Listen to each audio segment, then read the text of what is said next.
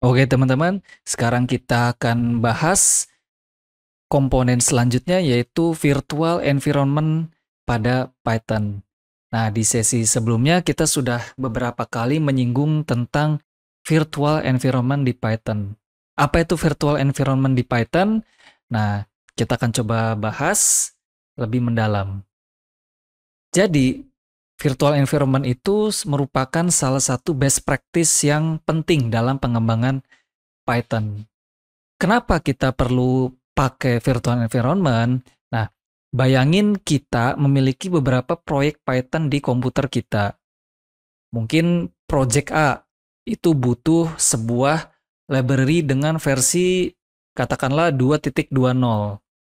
Sementara kita punya project B nih, di mana dia butuh sebuah package dengan versi 2.28. Nah, kalau kita nggak pakai virtual environment, akses sebuah library secara global itu akan menyebabkan konflik yang menyebabkan project A dan B itu jadi rusak. Nah, contoh, karena project A dan project B ini memiliki kebutuhan yang berbeda, sedangkan kita tidak punya yang namanya virtual environment. Jadi, versi dari suatu package atau dependensi hanya bisa diinstal satu di dalam globalnya. Nah, karena hanya bisa diinstal dalam satu global, maka akan mempengaruhi project A dan project B. Entah itu project A yang bermasalah atau project B yang bermasalah. Kenapa? Karena pada dasarnya project A dan B ini membutuhkan dependensi yang berbeda. Sedangkan hanya bisa memasang satu saja. Nah, itu adalah kendala ketika kita bekerja dengan berbagai macam project dan juga berbagai macam kebutuhan library atau dependensi.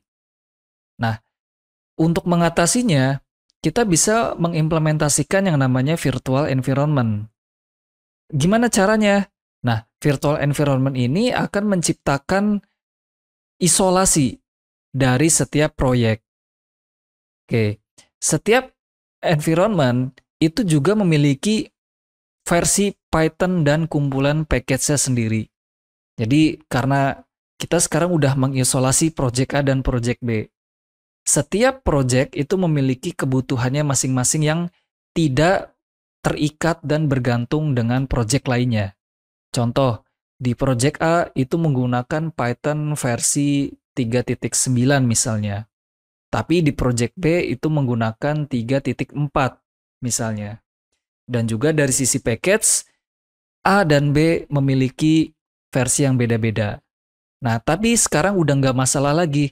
Karena apa? Karena project A dan project B sekarang sudah terisolasi. Seperti itu. Nah, makanya keunggulan kita menggunakan virtual environment yaitu pertama dari sisi isolasi.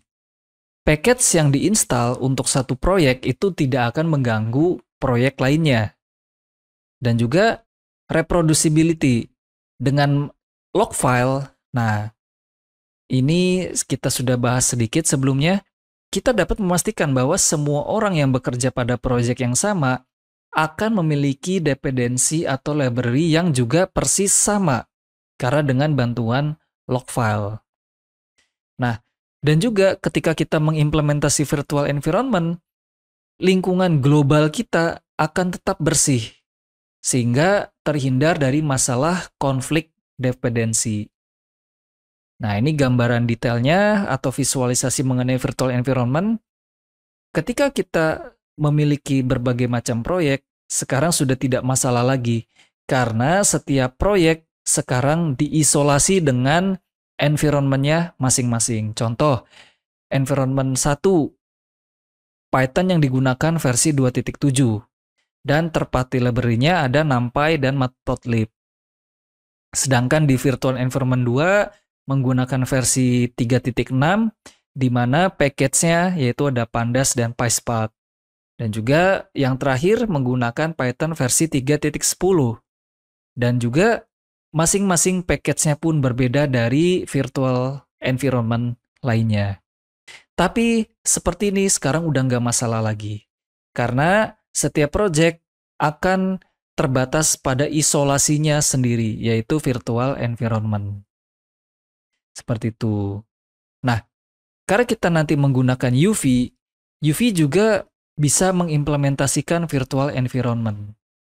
Jadi kita tidak perlu susah-susah lagi untuk bisa menyiapkan karena UV sudah menyiapkannya untuk kita.